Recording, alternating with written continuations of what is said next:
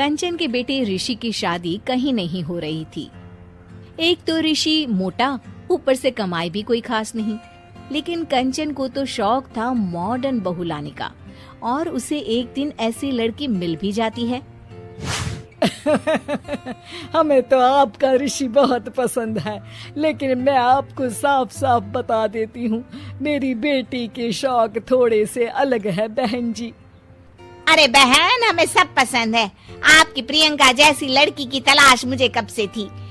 Jeans पहनकर अंग्रेजी में गिटर पिटर बोला करे। अरे बहन जरा सुन तो लो, मेरी बेटी के शौक क्या क्या है। अरे नहीं नहीं बहन, बस लड़की को देख लिया तो सब कुछ देख लिया। आप ना शादी की तैयारी करो, और वो जरा सामान की लिस्ट भी दी है ना मैंने।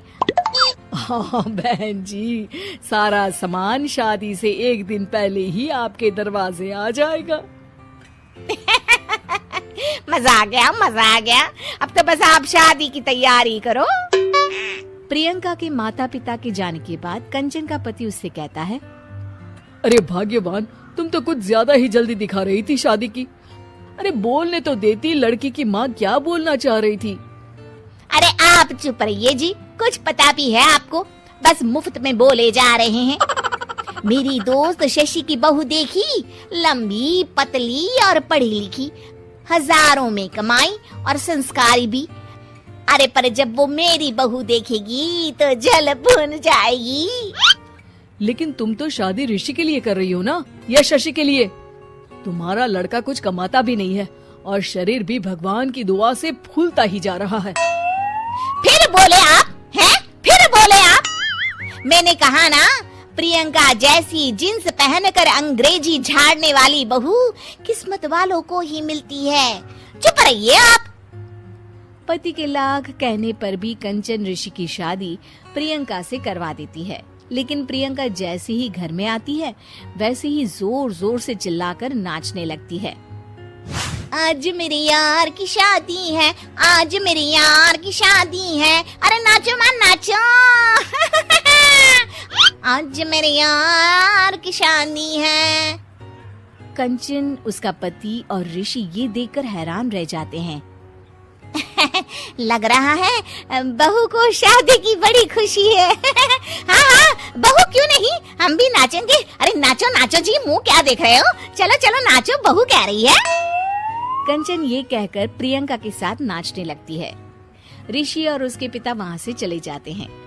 अगले दिन कंचन अपनी सहेलियों को प्रियंका से मिलवाने के लिए घर बुलाती है, जहाँ शशि भी आती है। अरे शशि, कैसी हो?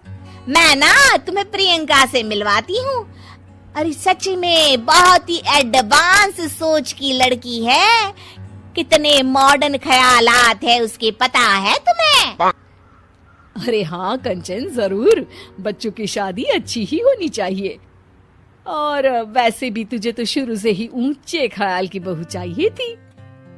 तभी कंचन की सहेली कहती है, अरे कंचन बुलाओ ना प्रियंका को, हम भी मिल ले। अरे बहू प्रियंका, जरा बाहर तो आना। कई बार आवाज देने के बाद भी प्रियंका बाहर नहीं आती है, तो कंचन को बुरा लग जाता है।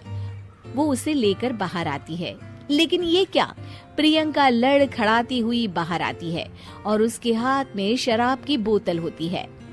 हालांकि शराब पीना स्वास्थ्य के लिए हानिकारक होता है और ये हमारी किडनी के लिए बहुत ही खतरनाक है, लेकिन कंचन की बहू प्रियंका पूरे नशे में होती है। अरे इतने सारे लोग। ये कहकर वो शशि के पास जाती है। आंटी जी, पत्ते खेलेंगी, पत्ते। अरे दूर हो, दूर हो, तुम्हारे मुंह से तो शराब की बदबू आ रही है। अरे कंचन, माना तुम्हें मॉडर्न बहू चाहिए, लेकिन आधुनिकता का मतलब ये तो नहीं ना। बुरा न मानना कंचन, तुम्हें पता था कि तुम्हारे बेटे की कमाई और शरीर दोनों ही ठीक नहीं है, तो तुम्हें उसी हिसाब की लड़की से शादी करवानी चाहिए थी।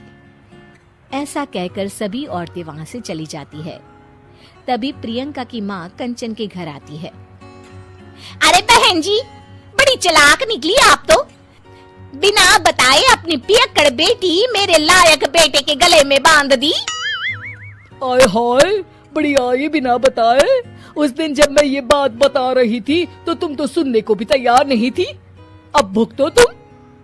ये कहकर वो वहां से वापस चली जाती है। सबके जाने के बाद कंचन अपना सर पकड़ लेती है। हाय रे, आधुनिकता की अंधी दौड़ में मैं अपनी संस्कृति ही भूल बैठी थी। अब तो राम ही बचाए मुझे।